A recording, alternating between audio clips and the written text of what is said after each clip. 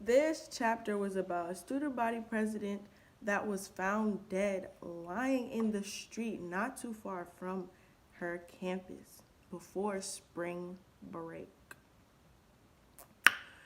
She was only 22 years old and it shocked the entire community. Student journalists decided to cover the murder. Adam, who was a senior who also worked at a local news station, also covered the story.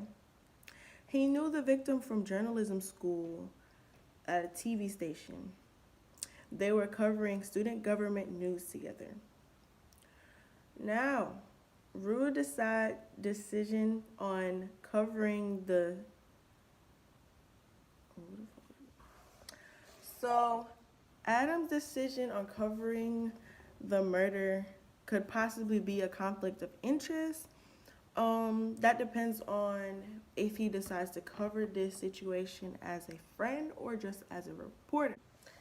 Issue is he decides to cover the story not as a friend but as a reporter, taking a different approach than others. So he didn't want his response to the story to be like, robotic. He wanted to show a little emotion in his story. Also, he wanted to make sure that his source was legit or accurate. And he stood his ground at her visual, which is a very emotional event. And media presence isn't, it's not really often welcome in these type of situations because it's a very personal and emotional type of situation, and they want it to just be, for that. They don't want to take away from the person that they're honoring. But he felt it was needed to be there. He felt like he needed to, be there and cover the story and also just to be there.